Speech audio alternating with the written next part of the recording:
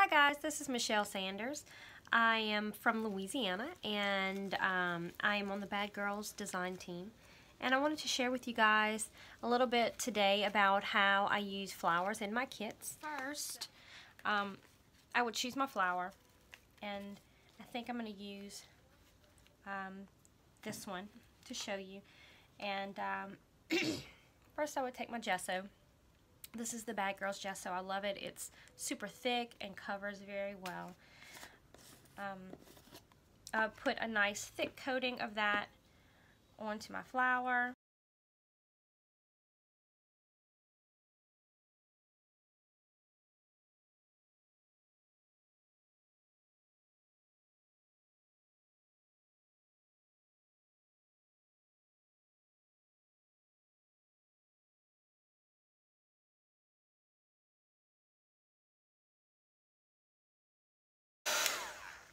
Okay, I don't always want it to completely dry because sometimes I like the colors to kind of blend in together.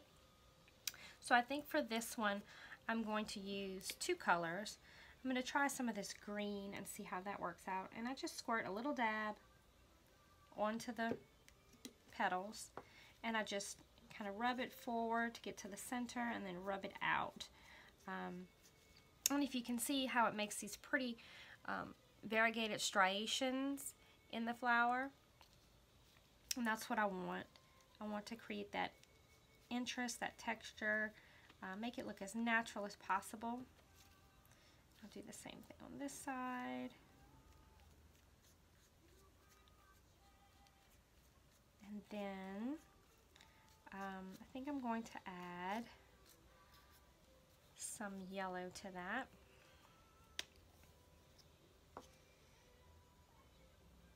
Again, just a tiny little bit is all you really need.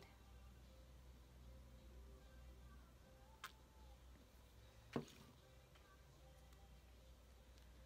was probably a little more than what I needed on this one, but we'll go with that.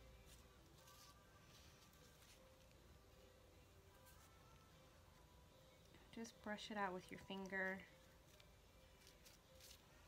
just like that.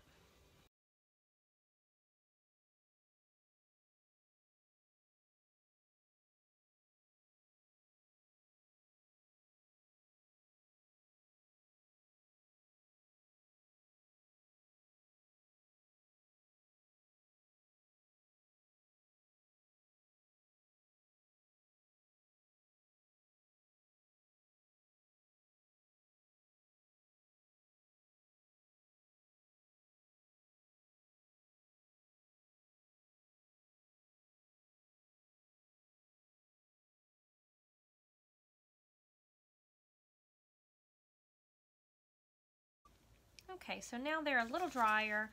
They still have a little ways to go, but we'll go ahead and get started on glittering the edges of these to just add a little extra texture and sparkle and make them just super fun.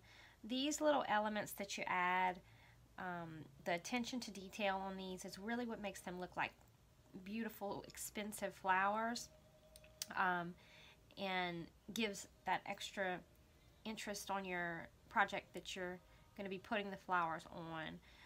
It really makes them a piece of artwork all on their own before you even place them on a page or a project. So I just used some of my gesso again because it's nice and thick and it makes a good good bond, and then just some simple craft glitter. These are some coarse glitters that I have. This one is like a clear glassine type glitter, and I'm just working over a surface. I can easily shake it back off into the bottle when I'm done.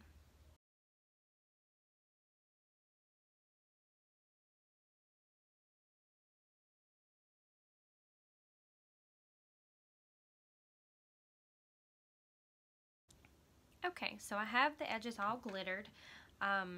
Now we're going to move on to the next part of the process. I'm going to glue the two pieces together, and then we'll add some crackle effect to them. So I'll just put a good little dollop of hot glue there in the middle, just to keep it together for right now. Stick the two there together. And some of the paint is still kind of wet, so we'll just take our time and be careful to not make any striations in the paint that we weren't trying to make. Okay, so let that dry. And then we're going to get our crackle paint here. And any crackle paint would work for this. You could even put a coat of the crackle paint on. This particular paint just tells you to brush it on there, but some of them you can brush it on and then brush another color on top, or wipe another color on top. So what I like about this is, as you saw in the flower that I used on the clipboard, it kind of gives it not only a crackle effect, but it kind of gives it a nice sheen. So I'm going to go ahead and brush this on there in a similar way that I did the color in the center, to where it's not completely going through the whole petal, and it's just going to kind of mimic what we've already done with the color. Okay, so now the crackle is dried. I used a heat gun to speed up the process a little bit, and you probably can't see the crackle very much in the video, but I'm sure you can see that it's glossy and shiny now. What we're going to do to enhance the cracks on here, I'm going to use some of the, I have some mist, some brown mist by Maya Road, and because I know it's the proper color that I'm looking for, but you could use any inks.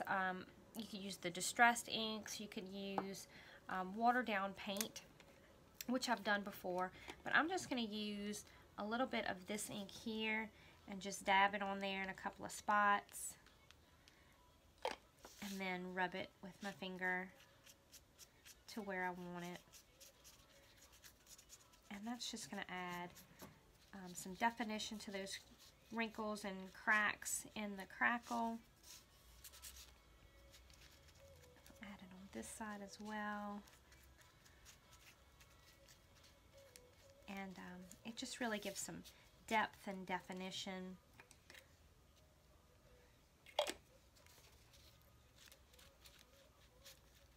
And you can add as little or as much as you want.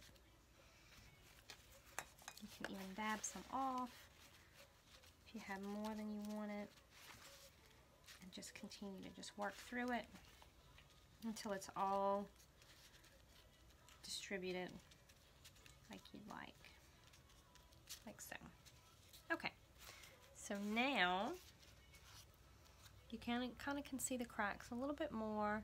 You definitely can see that it's glossy and has more of a finished look. A lot of times the acrylic paints will leave your project kind of dull, so this gives it a nice shine. Next, our flower needs a center, and I have a number of different pieces I could use for that. I also design jewelry, so I have tons of just broken bits and pieces, odd earrings, things like that. So we'll find a piece that we like in the center of here. I think I like this one, and it already has the clip removed from the back. So I'll go ahead and just glue this right in the center of our flower.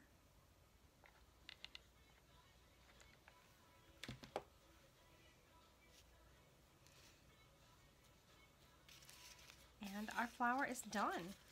It is now ready to be adhered to a project or a layout, anything like that. It would be precious for a little girl's hairband or something like that, for a brooch by itself to be worn.